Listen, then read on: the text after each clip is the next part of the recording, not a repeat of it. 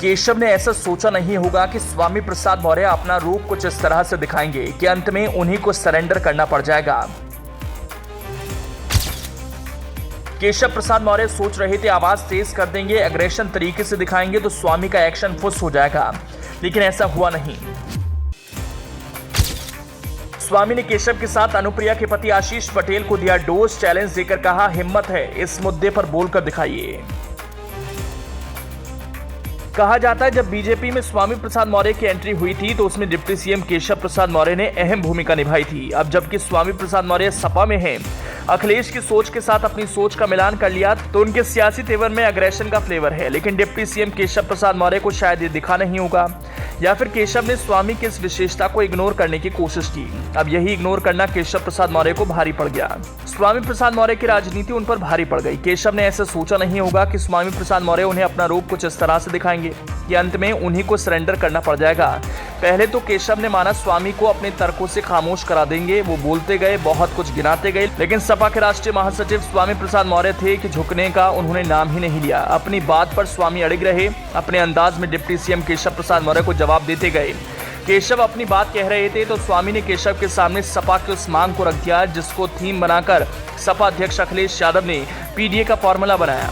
उसे अपनी राजनीति के पहले पायदान पर प्राथमिकता दी। उसी फॉर्मूले के आधार को स्वामी ने केशव के सामने रखा। आंखों में आंख डालकर कहने लगे आप तो कुछ बोलिए, अपनी जुबान तो खोलिए, कुछ तो बोलिए। लेकिन डिप्टी सीएम केशव प्रसाद मौर्य थे कि जिनकी मांग स्वामी प्रसाद मौर्य कर रहे थे उसको इग्नोर करने लगे।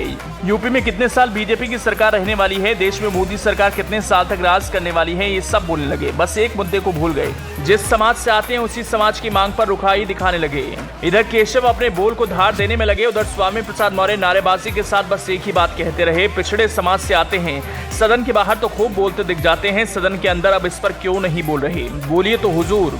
स्वामी कुछ इसी अंदाज में नारेबाजी को अहम हथियार बनाकर केशव के सामने अपनी आवाज बुलंद करते रहे, कहते रहे हिम्मत है तो दिखाइए, क्या किसी का डर है, क्या ऐसा आपको लगता है? अगर आप इस पर कुछ कहेंगे तो आपकी सियासत कहीं की भी नहीं रहेगी। स्वामी प्रसाद मौर्य तो कुछ ऐसा केशव प्रसाद मौर्य से पूछते रहे। ये तस्वीर विधान परिषद के अंदर की है, जब बीजेपी की ओर से डिप्टी सीएम केशव प्रसाद मौर्य और सपा की ओर से स्वामी प्रसाद मौर्य आपस में भिड़ गए। सपा महासचिव स्वामी प्रसाद मौर्य ने बीजेपी सरकार पर विधान परिषद में निशाना साधा।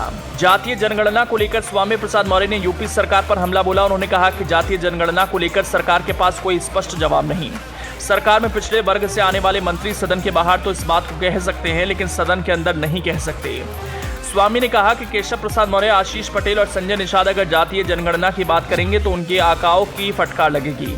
बाबा साहब भीमराव अंबेडकर से लेकर काका कालेलकर तक की रिपोर्ट में जातीय जनगणना की बात कही गई है। कई जगहों पर पिछड़ी जातियों और दलित वर्ग का आरक्षण भारतीय जनता पार्टी खत्म कर रही है। इस दौरान केशव प्रसाद मौर्य को गुस्सा आया। वो कहने लगे कुछ भी कर लीजिए, 2024 क्या 2029 में आने वाले दशकों तक बीजेपी की सरकार रहेगी। इस दौरान बेल में सपा एमएलसी के साथ जाकर स्वामी प्रसाद मौर्य बस अपनी एक बात कहते रहे, बीजेपी की सरकार पिछड़ा विरोधी है। दोनों के बीच गजब की तकरार विधान परिषद में देखने को मिल गई। केशव स्वामी के बीच शब्दों की लड़ाई, तर्कों की जंग होती रही, लेकिन इसमें जीत हुई। केशव प्रसाद मौर्य को आखिरकार खुद को सरेंडर कर बैठना पड़ा। उधर स्वामी तब तक बेल में नारेबाजी करते रहे जब तक सदन स्थगित नहीं हो गया।